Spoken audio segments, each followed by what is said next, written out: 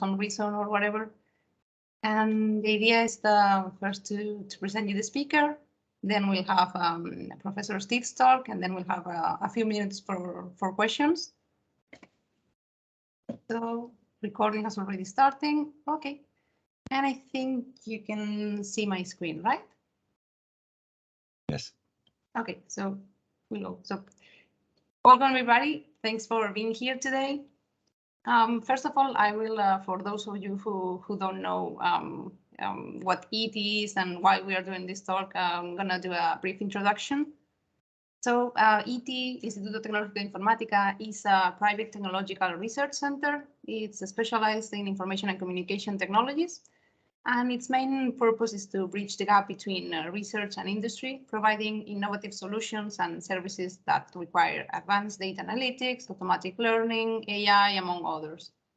It was founded in 1994 in Valencia, in Spain. We are located here in the east coast of Spain, and currently we are almost 300 employees and also more than 200 associated entities.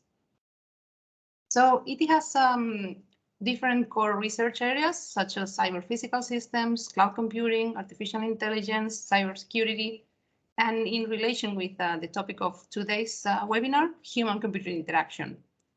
And within our research in human-computer interaction, we focus on the study, development, and evaluation of interfaces and systems with a user-centered perspective, using novel technologies aimed to provide solutions in different core areas. One of the areas in which we are currently most interested is mental health and well-being, in which we currently have an ongoing project called LYNX, funded by the Valencian regional government under IBACE-FEDER.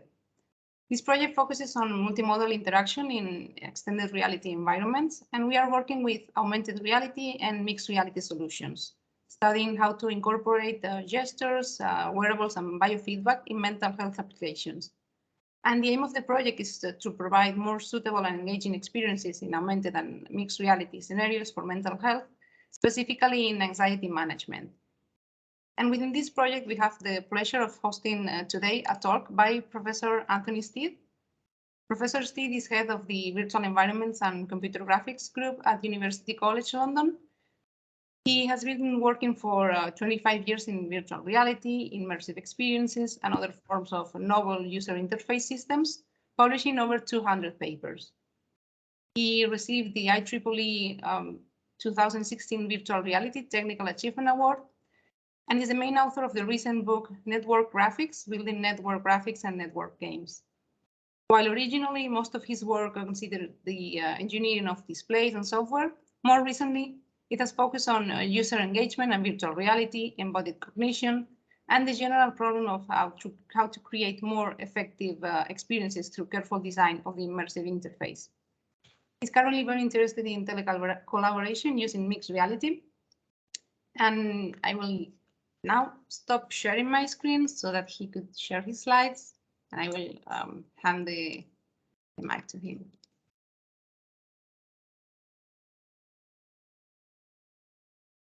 Hello, hopefully you can see those Yep. slides. Yeah, okay, thanks. Yes, well, thanks for the invitation to talk to you this morning. I think the introduction covered my main interests very well. I was originally mostly focused on virtual reality and the how to build it, how to create systems that use it. But over the years, we've of course expanded quite dramatically into supporting sort of augmented reality and all the associated technologies that go with that. And I've been doing virtual reality since the early 1990s. So it was popular in the early 1990s. Then it became very unpopular, or at least everybody thought it was a dead technology in the 2000s. And we did a lot of work on sort of ubiquitous computing and location-based systems quite early on in those fields. So what the title Interaction Everywhere is sort of trying to tie together some of these themes that what have we learned from augmented reality, virtual reality for building effective applications, and then trying to sort of signpost how it's similar to some of the things going on in those other fields, such as ubiquitous computing or spatial computing. And the takeaways will hopefully be that actually there's an enormous amount of commonality amongst these fields, especially in the ways that we model space and have things which are contingent on where they are, then also contingent on how people are interacting with them. So the bit that hopefully I'll try and persuade you of is actually that a lot of these systems work is very systems oriented thinking. It's about how do I track things, how do I identify what they are, for example, from a computer vision point of view. What I want to put back is the fact that actually we need to think primarily about the user and how they can interact with these objects in an embodied way. Okay, so I was invited to give this talk through the ACM Distinguished Speakers Programme, which is made possible by the ACM, the Association of Computing Machinery, and they've asked me to put this slide in and this slide about the ACM. So the Association of Computing Machinery is a premier community of computing professionals with students with 100,000 members, 170 countries. And their mission and vision are on the slide there. So in particular, the vision is to see a world where computing helps today solve tomorrow's problems, and our knowledge and skills advance the computing profession and make a positive social impact throughout the world. And I've been an ACM member myself for a long time. Okay. So some top level things that hopefully will be of no surprise at all to computer scientists or pretty much anybody these days. We are interacting with computers wherever we are. We are carrying quite complicated computers with us. They all the time. There are multiple computers in our environments, and these of course we have to remember were not the case 20 years ago or even 10 years ago. A phone used to be purely a communication device, and now it is a computer, and you can see that some of the trends are towards replacing sort of computers and many of the functions we do with them with phones and tablets and so on. So that's quite obvious from what Apple are doing. They have 3 different platforms, but there's a lot of their recent announcements about how to do more with their different platforms. And if I say, activity, objects, and people are in places, of course, that's just saying that these systems work anywhere. They're mobile, but they're only weakly about the place.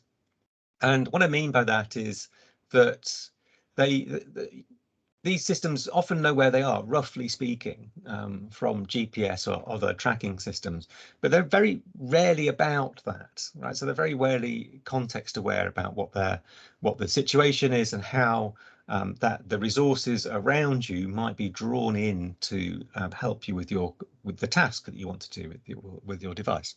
So there's a lot of location-based systems, a lot of location-based games like Pokemon Go, but they're very weakly about the place that they're in.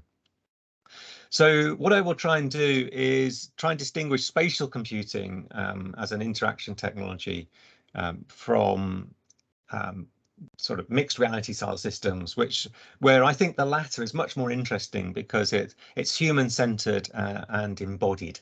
So it's very much about what we're doing, where we are, in a way that I think that I'm overemphasizing that spatial computing is very much a system thing. It's sort of, can you think top down about what your phone might do differently depending on where you are?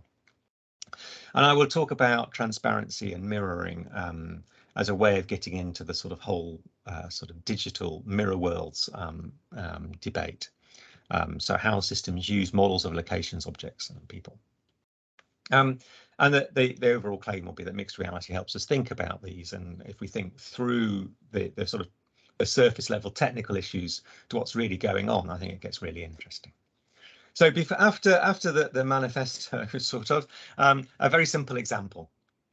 So this is an experiment my PhD student Nels Newman's been running recently, where it's a collaborative system for 2 people. And it's very simple. It's one user with a HoloLens 2 in a physical place, happens to be my office at UCL. So the person down here, sorry, I could never remember if you can see my cursor or not, but down on the bottom left is Nels. He's wearing a HoloLens 2, is in my office. His gestures and movements are mirrored into an avatar. And what he's seeing is this on the top left, which is an avatar of another person that happens to be the one down here. This is Zwen. So Zwen is in a very similar looking office, but it's next door, or next door but one, to my office. He's wearing an Oculus Quest, and they are collaborating. So what Zwen sees is what's on the top right. This is a 3D model of my office, and it's pretty accurate, right? So it's very easy to recognize it's my office. It's got the same objects in it, and this is during a period where I was working from home a lot, and also promised not to move my office around too much, because the scan is done once with an offline scanner that uses an iPad. So what they're doing is a very simple task. So what you can see on both of the top images is that they have these posters around the task, around the room, and they're virtual in both environments. They could be real in both environments, but in this version of the task, they're both virtual. So as the HoloLens user walks around, he sees the other user. He's seeing the other user and some posters on the walls. And as the virtual reality user moves around, he sees the other user modeled by this avatar, and also the posters that inserted into the 3D model.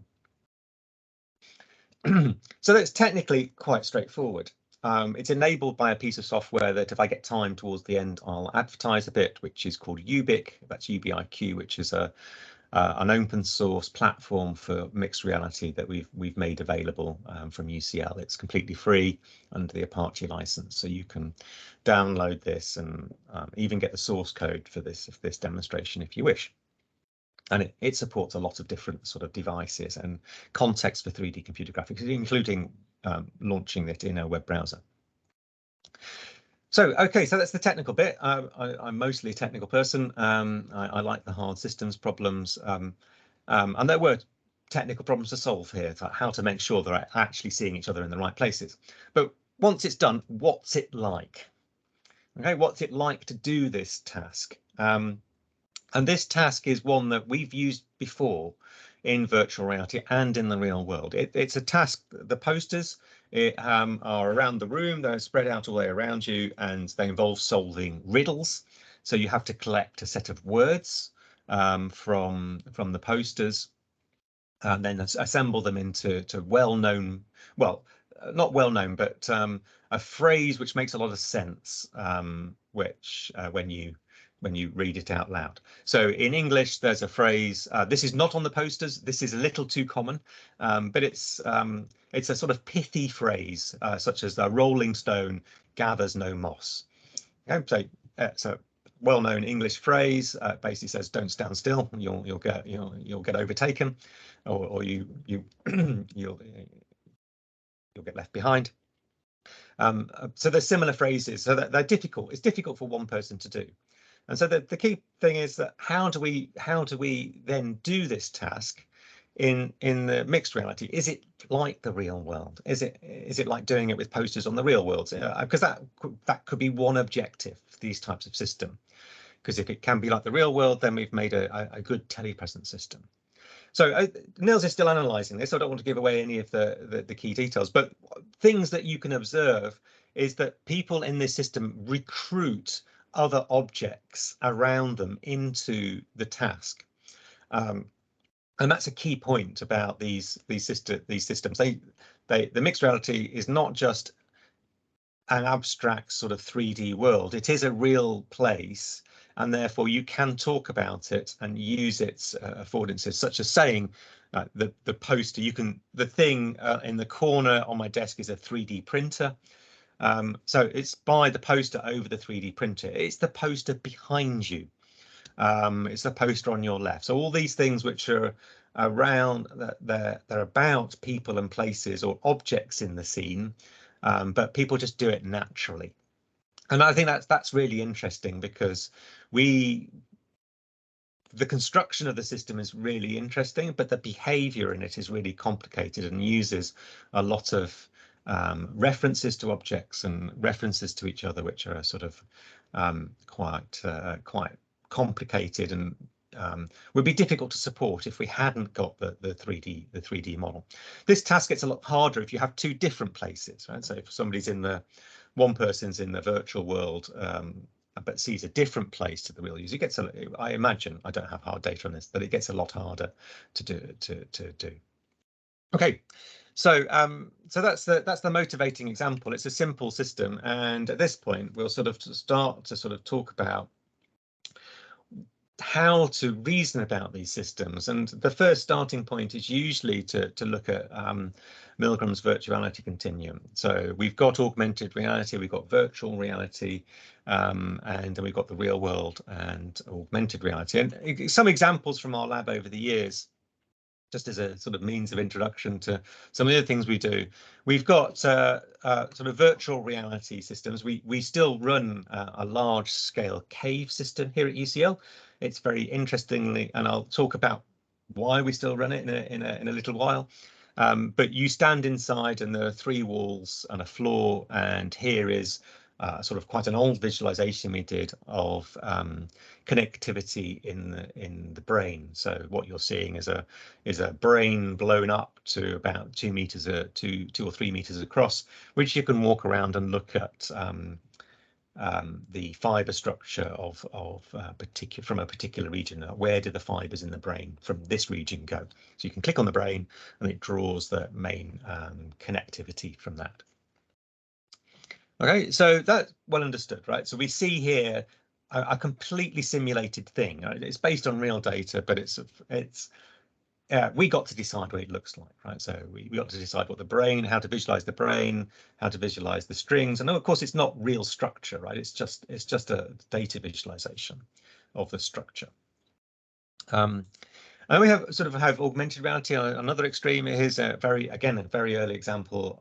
What you're seeing is 2 actors, sort of avatar actors that have been motion captured, and you're giving a talk, and they are ignoring you while you're talking. So you've got augmented reality glasses on, you're looking at some tables with some avatars that are ignoring you. It's a little disconcerting to have sort of things that look like people in front of you which aren't reacting to you.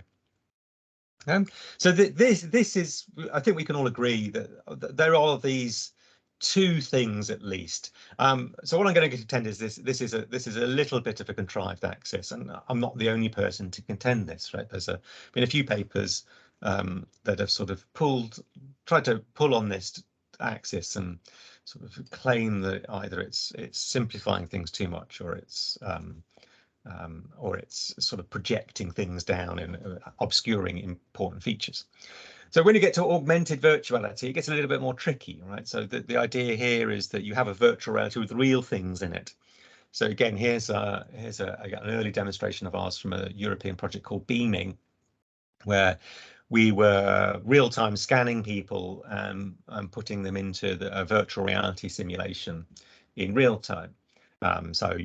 This is pre-Connect days. So this is when those same depth cameras cost about 100 times as much, or at least 10 times as much, and were made by a German company, but had the same sort of functionality as a Connect, and actually I think based on the same technology, at least one version of the Connect.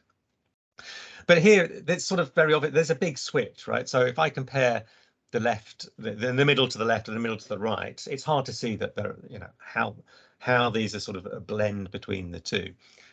you could imagine, and we did do the demonstration of taking this person and making them into a virtual model by tracking. But really, that's a switch, right? That's behind the scenes. That's not a slider. That's running one system or running another one, both of which at the time are very complicated software systems. So yes, so I think we don't want to overemphasize that this is an access. And to be fair, to the Milgram and Caccino and the original work, this I don't know if they describe it as a projection from a multi-dimensional space, but behind the scenes here there are 3 other axes, which I strongly recommend if you're going to write about work in this or present in this or have student projects in this area, that they go and would read in detail, because at every point on this axis, I think you've got different sort of triaxes of choices that you could choose, that you could make about the components of the technology. So extent of world knowledge is how much you know about the real place. Fidelity of representation is about the graphics, and the extent of presence metaphor is about the sort of was described as being about how much you act as if you're there, and I'll come back and emphasize this last one quite a lot later when I talk about embodiment in interaction. Okay, so a critique that I've had for a long time of this is what are the endpoints? So what is virtual reality really? And why do we need to switch at all from real to virtual? Because if you think about augmented reality and the closing of the glasses, so you had a augmented reality system that sort of put objects in, but then painted more and more of the world around. You haven't switched to the virtual world. You're still in the real world, and you have to model it. So that'll be a contention later on, is that there are layers here, and actually we need to, every system is dealing with both the real and the virtual, and we need to acknowledge that in the system software. Okay, and it seems that I could plot my demonstration on very simply on these axes. So the HoloLens 2 is augmented reality. The virtual reality is virtual, but I think by now you can see that sort of what I'm emphasizing is that's a real place. Okay, so somehow it's linked to being real. That obviously it's one system that does both. Okay, so underlying the system must be something that spans between the two.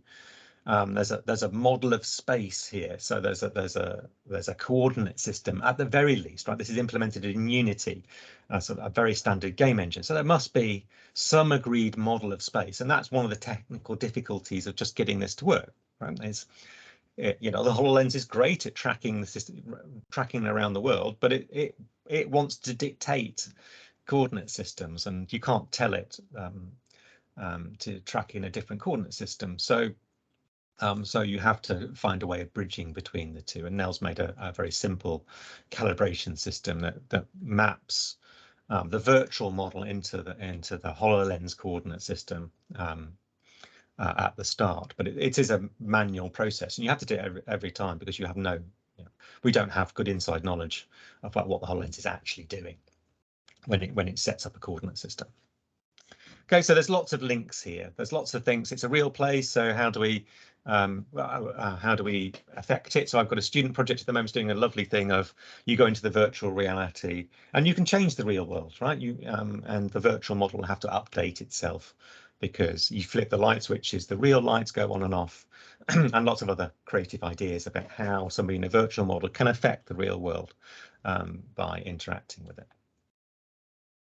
Okay. So just to round this, talk about a couple of the topics that are really interesting. Is just to point out this idea that there's spatial models in computing is a very old idea, right? So we think about virtual reality as as being about creating or simulating places, but the idea of underlying ideas of sort of tracking things are both old and current. Okay, so here's two companies, or at least a former company, that have sort of been, there's a race to make a sort of 3D model of the space. And I won't dwell on this because that's a whole talk in itself. The race to create 3D models of cities and then the planet, where that you can track from cameras. So you distill a model, or you distill the 3D model from many photographs and scans. And then if you have a device like a smartphone, you can localize grossly with something like GPS to give it at least, you know, a large region, but then you can localize precisely with SLAM from a camera. Okay, so that's simultaneous localization and mapping, and you point the camera at the world, and then you can track where the camera is. So because it was started by people that Google, Apple, Meta are all working on this. The logo at the top is actually a company called Scape, which was based in London, and with people that had been acquainted with, and they were bought by Meta, Facebook at the time, about 2 years ago, and they were demonstrating this outside use in the centre of London, and in particular outside the building I was currently in. So it was a larger region, but I could go outside on the street, on Gower Street, which is in the centre of London, hold up my camera, and it would tell me precisely within 5 to 10 centimetres where it was. And this was sufficient for me to hold up my phone, point it, and I could stick objects onto buildings. Okay, so they're not the only people trying to do this. Niantic, the company that makes Pokemon Go, launched their platform called Lightship. That's a couple of weeks ago, and there's obviously a race on at the moment to make these things work at scale, so that you can take any device with a camera and try and localize it more precisely and do the types of augmented reality that we've been promised since the Turing machine back in the 90s. So that's one area, and we should see the parallels, right? So if these systems work well, you should be integrating them directly into a mixed reality system. We are trying to do that, right? So we've been trying to use Lightship, and there is a consortium called OpenAR Cloud, which is trying to do something similar with these what are called visual positioning systems. But it's only one component. There is a very detailed model, and Meta has, I think, possibly backed away a little bit from a demonstration they made about 2 years ago, where they were at least publicising it. It's still obviously out in the literature, in the academic literature, that they were interested in scanning places, including interiors of buildings, and making, really complete models of urban the built environment. But I think they might have shied away from a little bit of the publicity there. That is Facebook or Meta going to make a model of your house? If so, what's it got to do with it? Because of course their principal business is selling adverts. Okay. Another nod to make is to the ubiquitous computing ideal. So I in preparing this talk, I tried to find this where this quote came from, and I'm struggling. So if anybody remembers, they could possibly assist.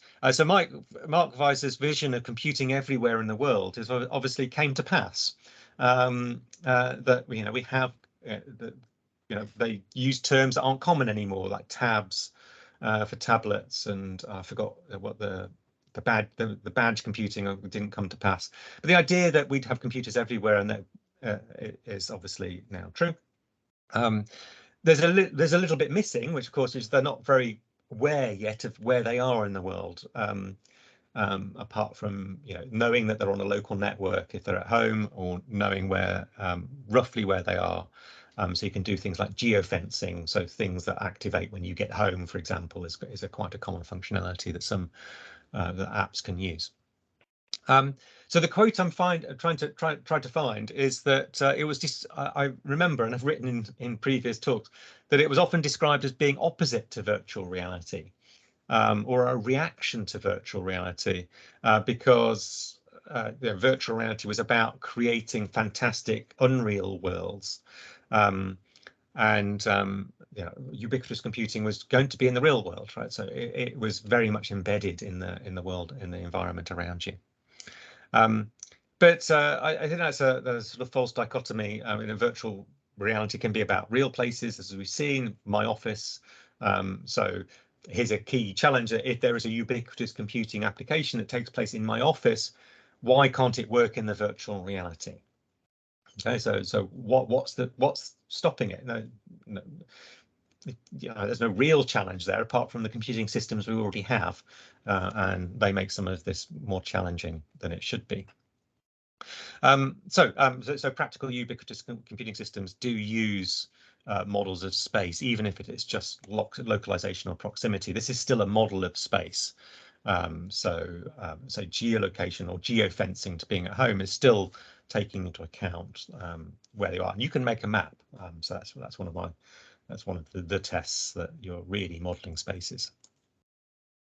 And then just to point out that because these examples are very old, the location-based systems, of course, have been around for a very long time.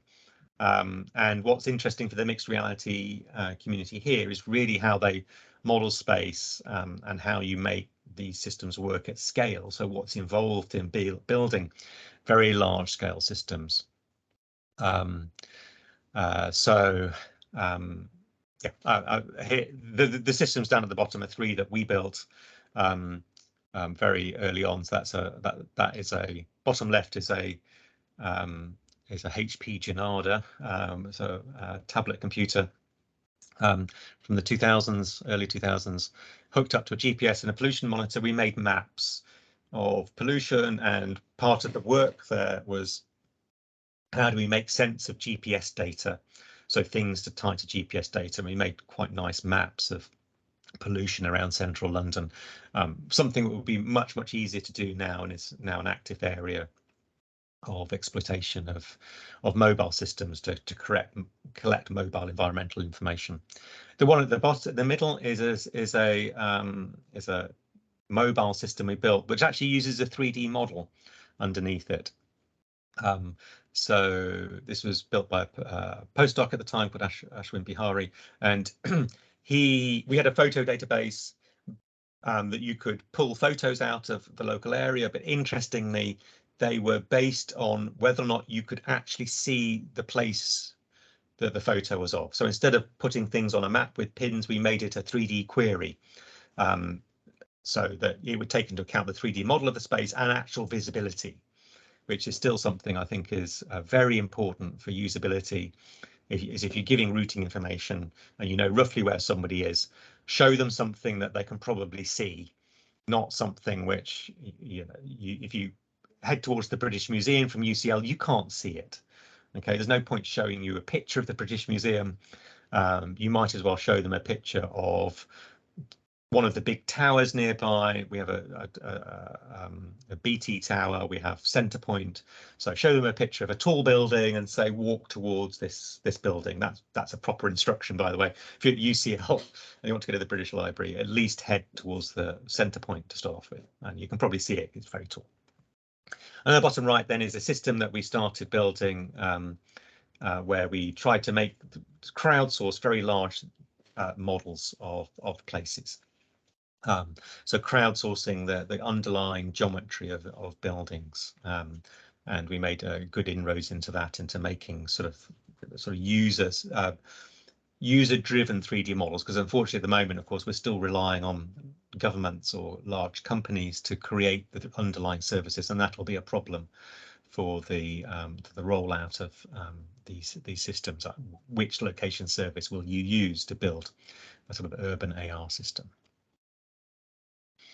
Okay, and then another thing, another paper which I really like, I think deserves more recognition, is by Jacobs et al. This idea of reality-based interaction. And in interest of time, I won't go into this, but it's sort of nice paper reflecting on all sorts of things going on at HCI at the time.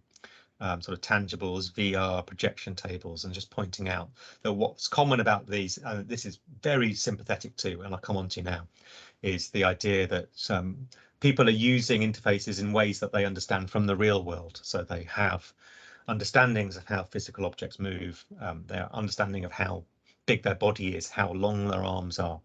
And this is stuff that VR people just take for granted. But if you delve into the sort of ubiquitous computing, tangible computing and so on, it's often ignored, or not ignored, but it's often underappreciated, like quite how much we use our body when we interact. So I will use this diagram later on and just talk about the relationship with the digital and physical, but I won't dwell on it now. I'll come back to it later on. Okay, so brief thing then about what I think is one of the things that I think is absolutely critical to mixed reality, and therefore all of these systems should be built around, and that's the notion of embodied interaction. And I don't have a lot of time to talk about this, so I will mostly talk through one experiment that we've done in virtual reality, which I think really emphasizes the importance of making things available to the user to interact with.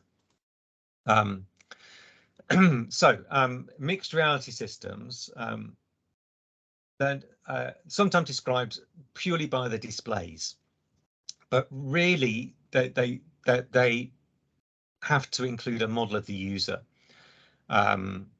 So the first reason for that is that they need to model what they render in video, audio, haptics very precisely to make it understandable for the user.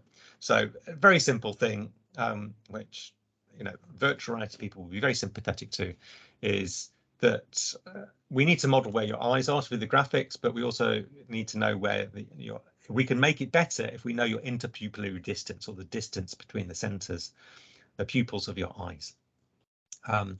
And we know the hardware has some limitations, that some head-mounted displays have a sort of bias towards wider separation of your eyes, some bias towards the center.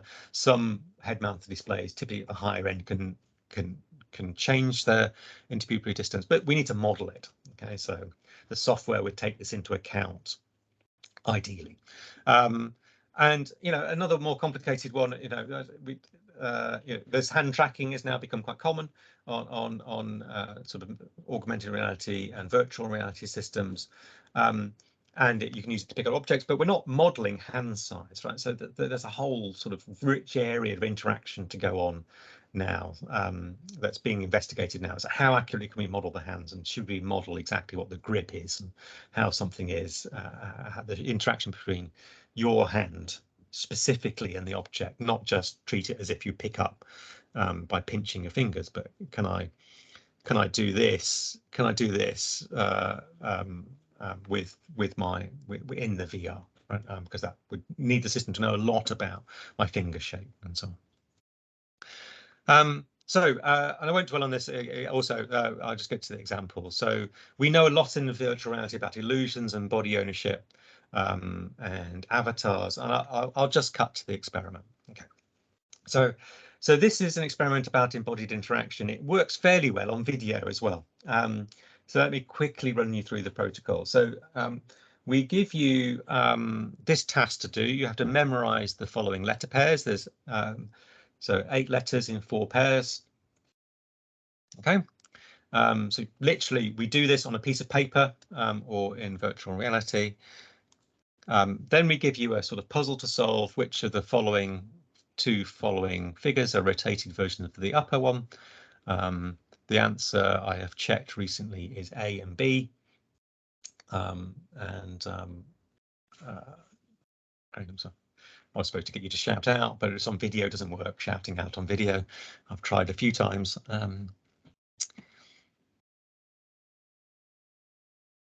And you have to answer, and then you have to recall the letter pairs. Okay, and that whole thing would be 30 seconds, 25 to 30 seconds. Okay, so quite fast, quite intense.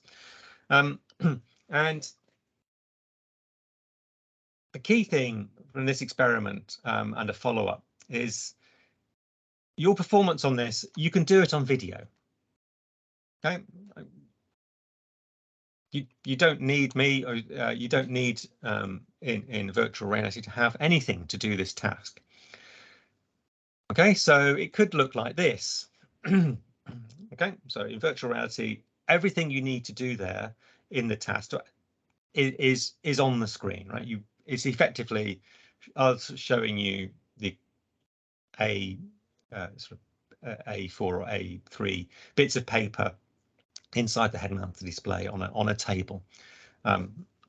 But of course, in virtual reality, you can have a body, and the body can be tracked. And you can see here it's quite simple hands, and you can wave them around. The fingers are not animated. And what's really interesting is what happens if you've got a body and it can't move. So if you've got a body, but you're just told to put your hands on your knees, and you leave them there. Okay, so we have a prediction here. Okay, so because there's some results in linguistics about the ability to gesture when you're doing sort of tasks like this, that has shown that when you gesture, you're actually better at solving these types of tasks. Okay, and that's really fascinating, because if you in a virtual reality, there's an option to what your body looks like, and even not having a body.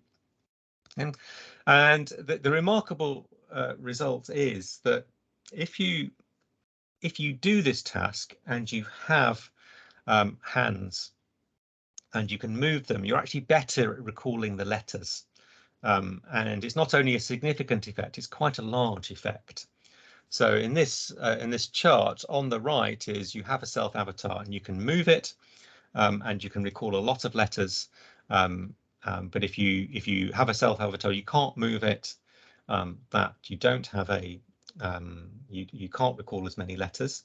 And if you have no avatar, it's equally you can't recall any letters, even if you can move your avatar. So it's not about not being able to move or not. It's about actually possibly about seeing the movement and in the space. Okay. So yeah, that's quite a lot. So where the mean proportion of correctly remembered pairs is over 70 for people that can gesture, and around 50% for those who have no active hands in the environment.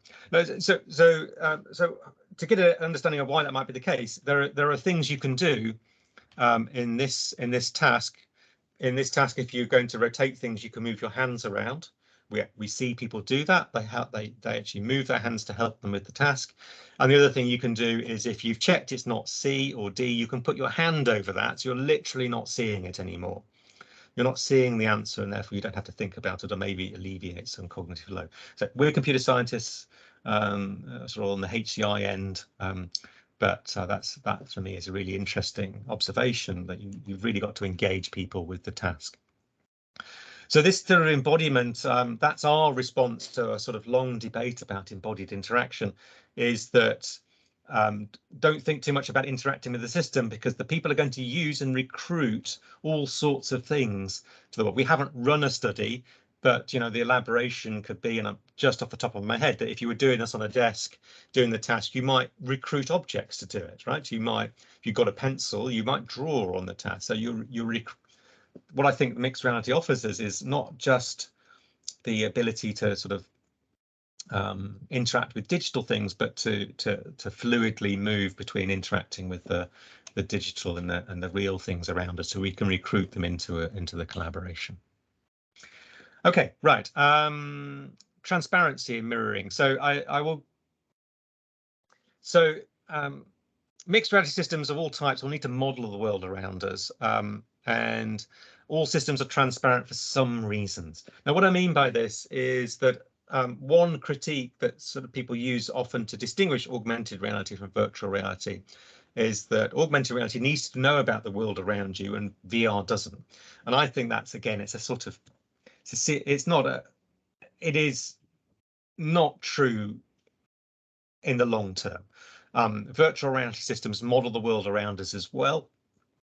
Even the Oculus Quest models your room and to enable you to not walk into things. It has a guardian system.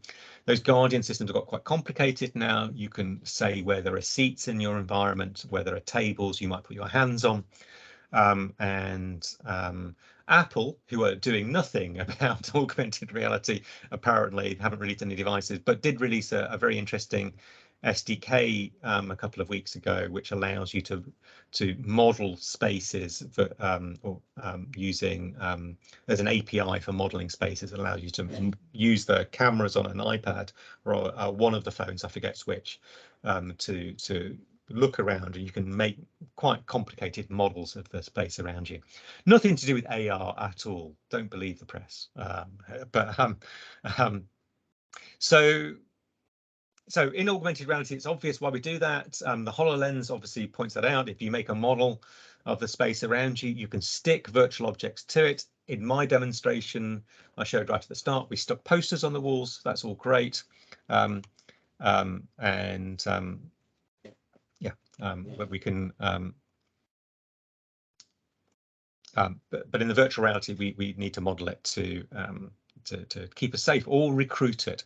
So I'll show an example of this, a video I really like from Microsoft. So this happened while I was on sabbatical at Microsoft, and I was a participant in this experiment. So this is, I'll just show a few seconds of it. This is Jackie walking around the Microsoft campus. Just show that again. So that's a video of Jackie himself. He's going on a morning walk to a different building in the campus. He's got this rather elaborate system on his back. And what he's seeing as he walks around is not the Microsoft campus, but a sort of simulation of Manhattan. So these are buildings that look like they could have been in Manhattan, all while he's walking around the real world, not seeing it. So I think this again is a sort of emphasizes the role of transparency, that we are, that's a virtual reality system, which is better to describe, some people claim as augmented reality, some people claim as virtual reality. Certainly what you're seeing is virtual, but of course it sort of blends between the two. And you can imagine that this is emphasizing this idea that you're always modeling what's around you. You can recruit that into your system. Okay, all right. So I think I've said that. So I will spend a couple of minutes. I only have a couple of minutes, so I won't be able to do this justice. But I will just give you an idea of something that I'm working on at the moment, which is a sort of different way of thinking about as mixed reality, not as a continuum, but as a sort of series of decisions that you make about the system. So I think there are effectively, in any mixed reality system, 12 things going on. And I apologize for introducing a complicated thing towards the end rather than summarizing.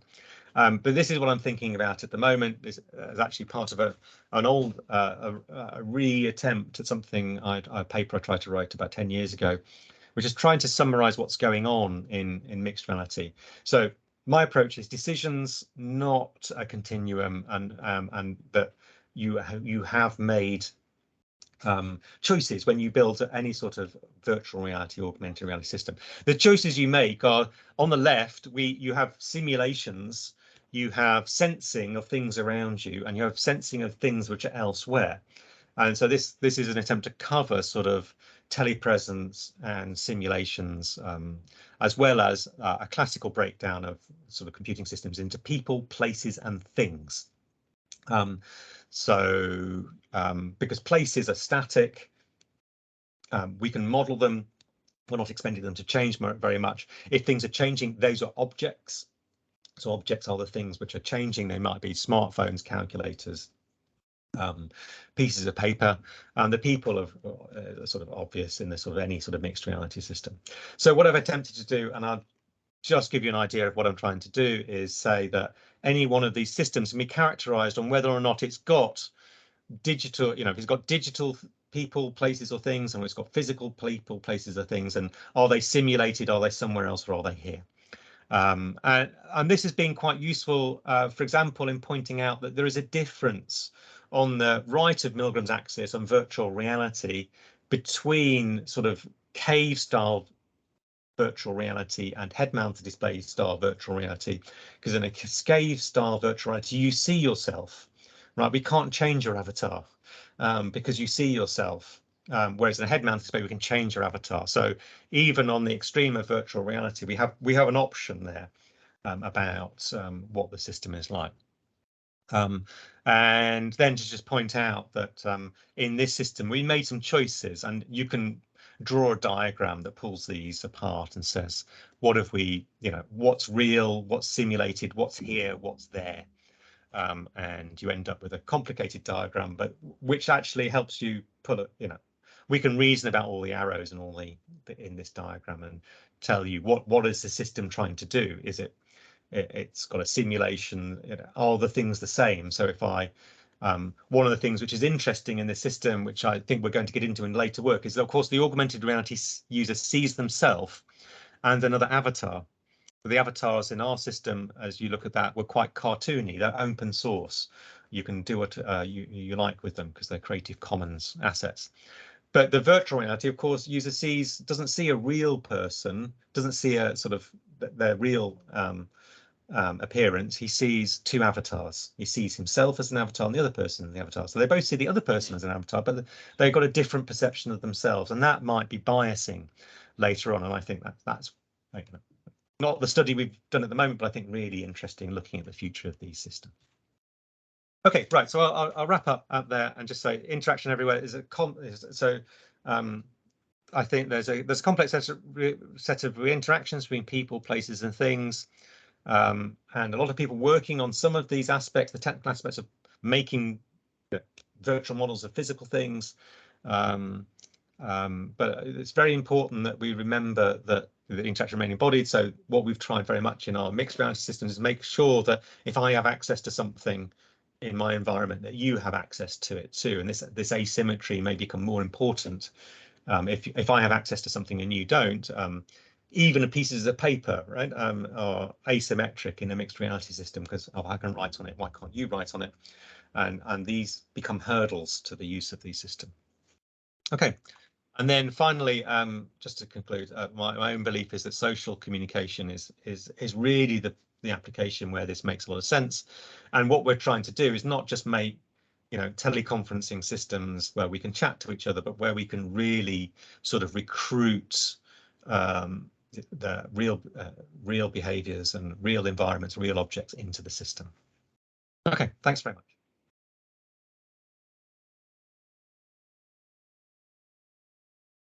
Thank you very much, Professor Steve. I think we have maybe a few minutes for questions from the audience. Yes. Yeah. So if anybody wants to unmute themselves, just please go ahead. Yeah, I will go first. Hi. Hello. Yes. Yeah. Thanks, Professor Steve, for your so interesting speech. It was amazing. You authored great research jobs about presence some years ago. Yeah. And to what extent, I was curious, to what extent do you think that metric presence is still working for these environments, since they reflect real world, when we try to evaluate user experience in this kind of mixed reality environments, do you think we can still be using presence? Yeah. Okay. So the short answer is that people do. I mean, you can still use presence as a measure, but and we have used presence in that sort of poster task. The key thing is it doesn't tell you a huge amount about what is going on. I mean, I've written recently, I didn't talk here, much more about the people doing VR and augmented reality need to think a lot more about usability, right? What are the people really trying to do, and doing some basic usability of interaction of the system. So we've done a little bit of that and tried to encourage people to think about it, because presence will tell you, at the very least, it's a summative thing, right? So it's a measure you use once. At the end, it might give you some insight into how much they felt as if the person was there. I wouldn't not use it. But for example, in this study, we're looking a lot more at actual behavior. So one of the things we've been looking at in the last couple of weeks is does the AR person look around more than the VR person? Are there objective differences in that you can characterize their behavior? Because that's a problem, because you can see, should be hopefully quite clear that in augmented reality, one of the interesting things, you see things in front of you, but not off to the side. Yeah. So so one of the things we know from prior literature from quite a long time ago is there is a problem with misunderestimating the field of view of the other user, because people just assume if I can see it and I can see where you're looking, you can see it. And that's just not true in augmented reality at the moment. So we're looking at that type of sort of behavior, trying to get some statistics, but also we're doing reviews of, what hurdles do people have when they're collaborating? Are there obvious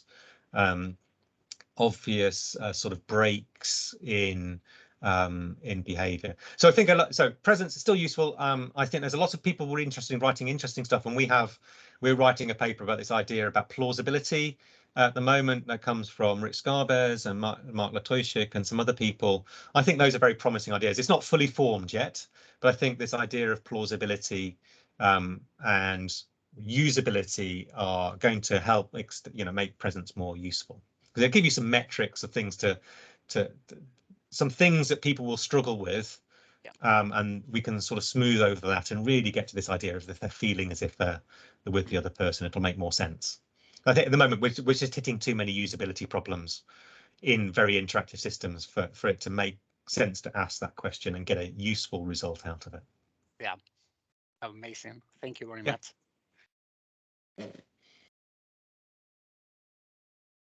Thank you. Oops, sorry, I had the mic on. Is there any other question? I have a question myself. In case nobody. I've stuck up the advert. So this is our Ubic system for making, and that's some student coursework. Brilliant piece of student coursework from last year. Multi-scale sort of virtual reality, but lovely stuff. Yes, sorry, go ahead. Yeah. I was seeing if somebody wanted to ask. If not, I will go ahead. Yeah. I was just wondering, because we have a couple of projects and we've done some research with patients and even with children. And in mental health, sometimes the device or the kind of devices even you put, the wearables you put on or you place on the patient can get them away from the exposure they are doing, the clinical treatment they are doing. So how do you see the devices we currently have, or even the future of mixed reality headsets and devices could play a role here, and how could they be affecting this embodied experience? Yes, so I think the comment that you're making is that they interfere with so we do some applications where head-mounted displays are not acceptable. So we still use the cave. That's one reason we still have it, is occasionally we come into a situation where it would interfere with the task, either from a scientific point of view, because you don't need weight on the head, or because it's a clinical application where the participants can't do it. I think there's really interesting work on if you're using it for sensors. We've also struggled a lot with sensors on wearables. They are typically cumbersome, and as soon as people move around, they sort of fail. And we also struggle with the fact that many of them are American, and GDPR rules mean that we can't use them. We can't really use them and keep under data protection laws. I'm happy to talk about that. I've got a student that's been dealing with those issues recently. I think, but the long term, I think a lot is really interesting is happening with remote sensing. So I have some colleagues that are working, for example, on doing all the sort of stress measures, but using remote cameras. If you're interested, if that's there. I mean, it's away from being a commercial usable technology, but it's really interesting work on sort of doing this from cameras, either on head-mounted displays, so that a little bit out of the way, or even remotely from some camera a few meters away. And it seems to be quite remarkable what sort of information you can get. Obviously, some signals aren't tractable, but some which are quite useful are.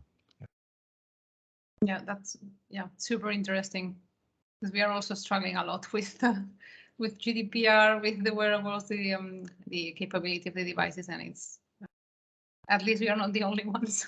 It's a common problem. Yes, we've been doing biosignal processing. We do biofeedback in VR for a long time, and we do use it as a measure, as an alternative to presence. For example, we use stress as a measure, increasing amount of that, and yeah, it is problematic. I mean, there are two approaches. One is to make sure that it's a VR situation where they don't have to move very much. So one of our current situations, it takes place in front of a sort of bedroom dressing table. So you sit at it and you're in front of a mirror, and so it's a sort of morning ritual. And others, we struggle with anything where you have to move around to be dynamic. We do have a sensor which we think is working well, but it's just a startup companies. So we'll write it up as soon as we get good results out of it. Yeah. And also, have you experienced or have you studied how the customization of some elements could also affect these experiences? Because we are also having a side project in which we could customize the avatars that patients are using to embody some kind of fear or anxiety, and that based on psychologists, it affects a lot the way in which they are going to experience these scenarios. Yes. So yes, I think that's a very active area. We aren't doing a lot with avatar customization because some labs sort of specialize in it, and the embodiment sort of.